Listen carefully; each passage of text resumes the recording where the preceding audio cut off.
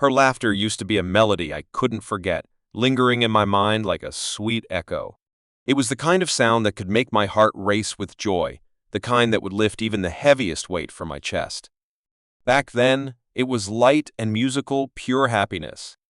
But when she walked through the door that evening, returning from yet another of her business trips, her laughter didn't fill me with warmth anymore.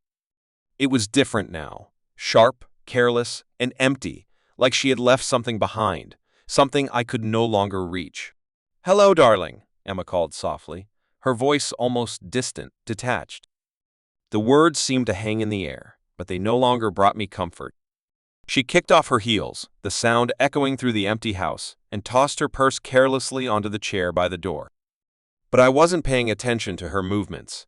My gaze was fixed on the dining room table, where I knew her eyes would inevitably land. She stopped in her tracks as she saw it.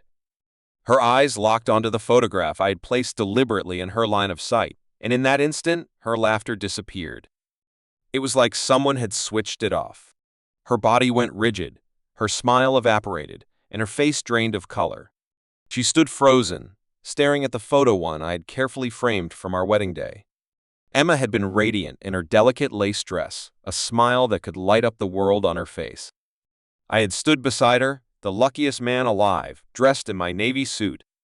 We had been the epitome of happiness, of love, of everything that a marriage should be. But now, across the glass in bold red letters, two words shattered the illusion. "I know." Her wide eyes darted between the picture and me. I stood in the kitchen, arms crossed, leaning against the counter, my calm demeanor betraying none of the storm that was surging inside of me. "What is this?" she asked, her voice barely more than a whisper, shaking. "Why don't you tell me, Emma?" I replied, my tone cool, controlled, as my eyes never left hers. She opened her mouth, as if to speak, but no words came. I could see her mind racing, trying to put together the pieces what I knew, how I had found out.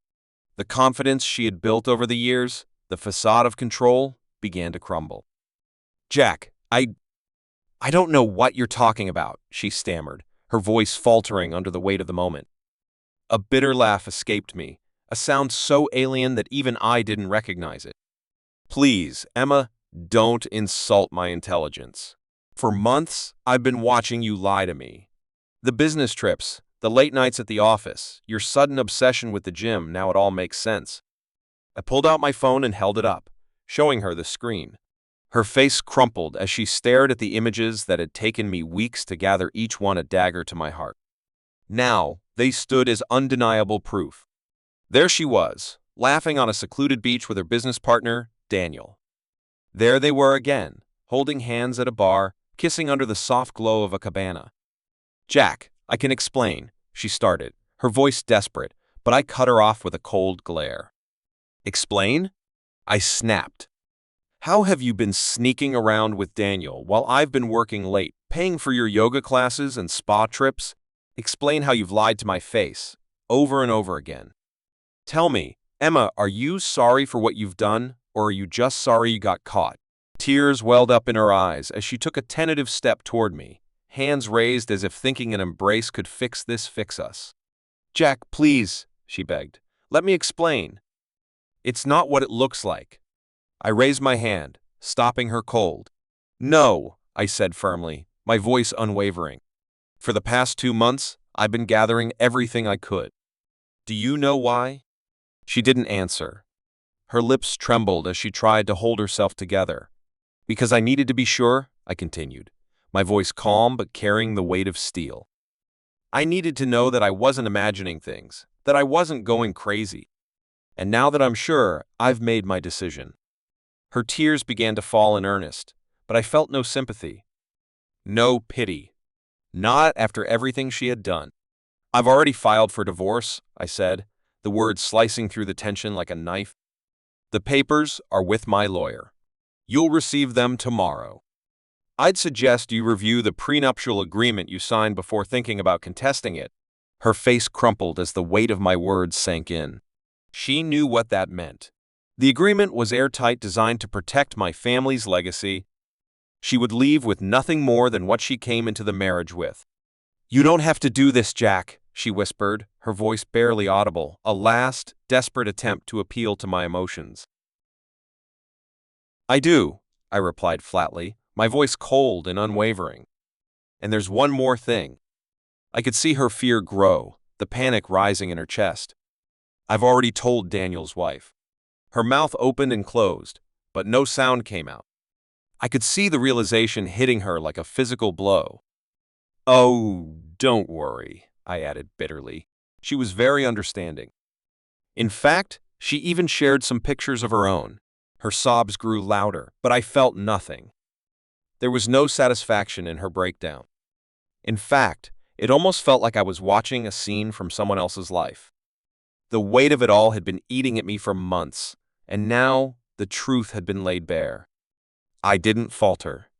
I stayed firm, watching her crumble as I went on with my plan. I reached into the drawer and pulled out a thick folder, the weight of it heavy in my hands. I held it up for her to see, my voice steady, almost emotionless. I put all this together, I said, letting the folder drop onto the table in front of her. Papers scattered across the surface. This will go directly to your company's human resources department if you try to argue with me over this divorce. I could see the panic in her eyes. She understood the gravity of the situation now.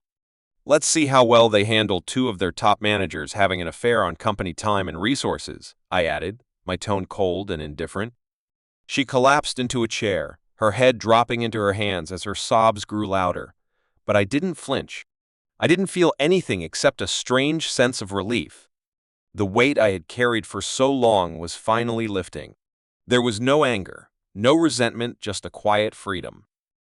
I've already scheduled movers for the end of the week, I said, my movements deliberate. You need to leave this house. I'll be staying at a hotel for the next few days. Her tear-streaked face looked up at me, desperation etched across it. Please don't do this, Jack, she pleaded. We can fix this. We can go to counseling. We can work this out. I shook my head slowly. This is one of those things, Emma, that can't be fixed. There was no turning back. No more second chances. I walked toward the door, hand on the handle, then stopped. Turning back, I said one last thing. Oh, and I've canceled the credit card for that new purse you bought during your business trip, I said, my voice sharp. Have fun explaining that one to your lover. Without waiting for a response, I walked out the door. I could hear her cries echoing behind me, but I didn't stop. I didn't look back. As I drove away, a strange mix of emotions swirled inside me. There was anger, pain, rawness, but beneath it all, there was something else. A deep sense of liberation. For years, I had built a life with someone who didn't appreciate it, who didn't value me the way I had valued her. Now, that life was over. But in its place was a chance for something new. Something better. The next morning, my phone buzzed with a message from Daniel's wife. Her text was simple, but it spoke volumes. I appreciate you telling me. I'm also leaving him. We deserve better. Her words resonated deeply within me. She was right. We did deserve better. As I looked out the hotel window at the rising sun, I realized that my marriage's collapse wasn't the end of my life. It wasn't a tragic conclusion. It was the beginning of something new. Something fresh. For the first time in months, I felt hope stirring inside me. There was a world out there full of possibilities, and I was finally free to embrace it.